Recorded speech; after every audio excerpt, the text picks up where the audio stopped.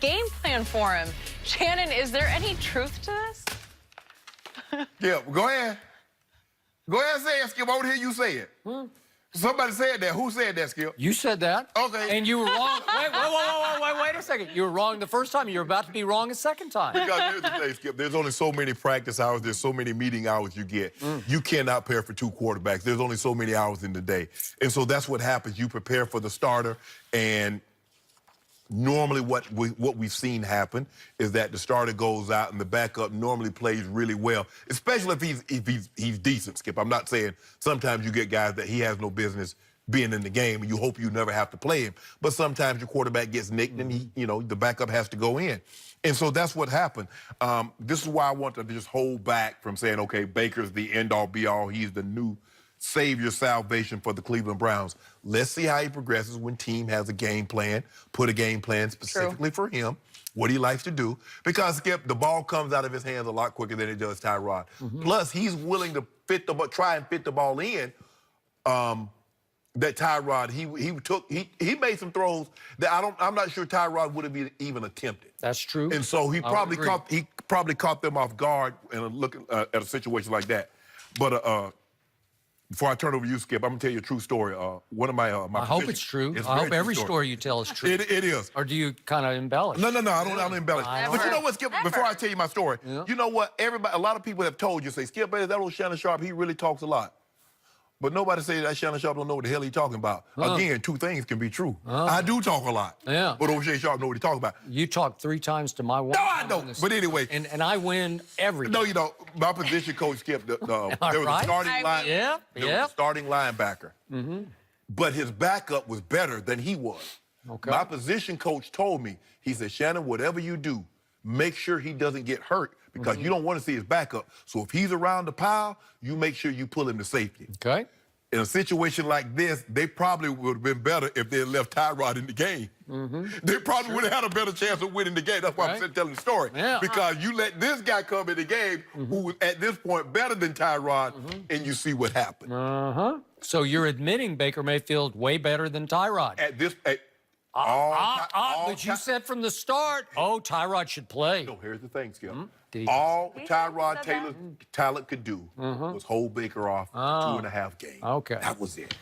Did anybody really believe that Baker Mayfield was going to play in this Thursday night game? No. I did not. No. Would he have played one snap if not for the concussion of Tyrod Taylor? Maybe in the second half because Tyrod was sticking it up. I don't believe the way Hugh Jackson had dug in on Tyrod, wouldn't even allow competition, finally awarded Baker Mayfield the backup quarterback. Well, he was competing with Drew Stanton. Okay, he was competing with Drew, and boy, it was really an achievement. He won second string in training camp. That's really good. Way to go. Thank you for that, Hugh, on Hard Knocks. So, as much as I love Jamal Adams as a fine young player, he's really a fine player. Yeah. He was way out of bounds on this. Why? And so are you. So let me ask you. Yes. Did Baker Mayfield run different plays than Tyrod ran? I think they're exactly the same plays. Yeah. Is Baker Mayfield some classic pocket passer without mobility? Right. No. Can Baker and Tyrod both move around a little bit? Yeah, they can move around. It's kind of like when backs come in the game. One guy's a power guy, one guy's a speed guy, and one guy you catch, you're like, oh man, the dude, he got to the edge. I didn't anticipate him. And that's the thing. Like I said, I believe Baker would try throws that Tyrod wouldn't attempt, and the ball gets out of his hands a lot quicker than Tyrod. So you underestimate those things. Okay, but I will bet you he ran exactly the same plays. I will bet you that the coordinator, who tried to be the star of Hard Knocks, I'll bet you he was just calling exactly the same plays for Baker that he was calling for Tyrod. I don't think any game plan changed. There was nothing. For the Jets? No, for the Browns. Oh, you know, like. Oh yeah. You're talking about Greg, yeah. But they took the ball away in the second half. Well, Sam Darnold helped them. Okay, that was predictable to me, but that had to be part of the equation because he is running, Baker Mayfield, the very same plays with more energy and urgency and electricity and velocity, right? They're just the same plays. But all of a sudden, the whole stadium has come up out of their seats because it's different because the charisma level goes way up off the charts when Baker steps on the football field. You also know, Skip, the offensive line blocked better. Okay, that's the rub-off effect. It's contagious. He is contagious. When Tyrod was like, I wish y'all had rubbed off on me. and block somebody. Okay, Tyrod's a fine quarterback, and he's a fine guy, but he's low-key and he's quiet, and he doesn't have a lot of charismatic body language to him. Okay. He will execute, and he'll play pretty well, and he will keep you in most games and win you some games. Right. And he got the Buffalo Bills to the playoffs last year, and I give him that. But you know what happened when Baker touched turf with his toe the other night? It just lifted off, right?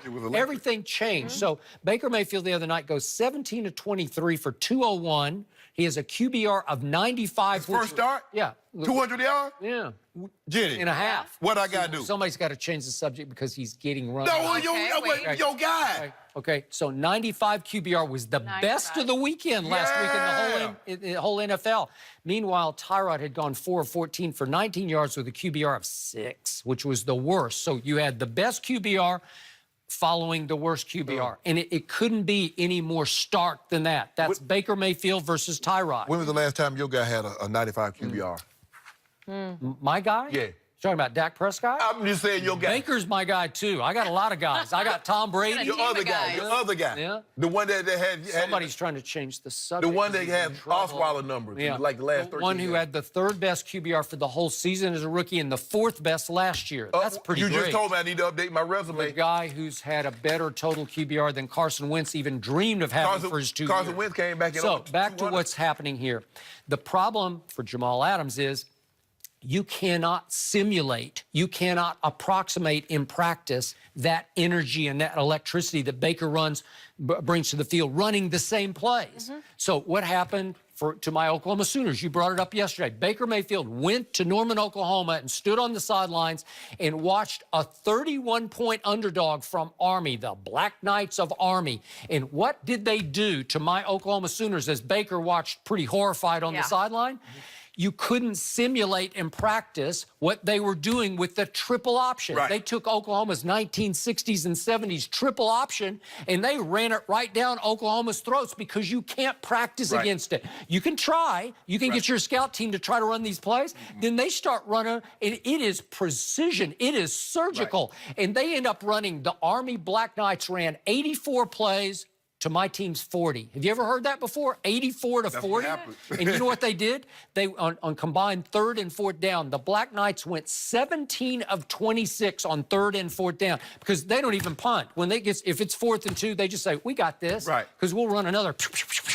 And you're like, what? Where did the ball go? Where did the ball go? And that's my point. Okay? That's what Baker Mayfield is. It's hard to prepare for the energy of it, the electricity that he's going to bring because the plays are just going to be the same. They're not going to change their offense. He's really the same guy as Tyrod is. No, they're both about the same size. But the ball is coming out a lot quicker. I'd say. And as you mentioned, when the scout team runs it, that's not their offense. No. So they don't run it with the speed and the precision in which you're going to see it in the game. And because you'll see that offense once. Unless you play in that conference where there's Army, Navy, Air Force, and then you're going to see it 3 times because they all run the same. They all run it because it's the only way they can compete is to run the triple option because they don't have the athletes you have. They're undersizing the offensive line. If you went athlete for athlete, OU versus Army, it's a joke. They're 31-point favorites, and it took overtime.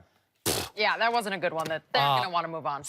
But they just survived. And then Army cleaned the locker room. I was like, Coach, I ain't cleaning. No, I ain't cleaning no locker room. That was a good shot. They cleaned the locker room, Left it spotless. You know, it's the Army way. I thought it was. Respect those guys. I'm leaving jocks, shoes. As a matter of fact, I'm bringing a shovel of dirt and dump it in the flying clean. Really? Okay, that you definitely should do. How about this, though? One NFL player actually said Blake Bortles is the next Tom Brady. We'll discuss that next. Oh, my goodness.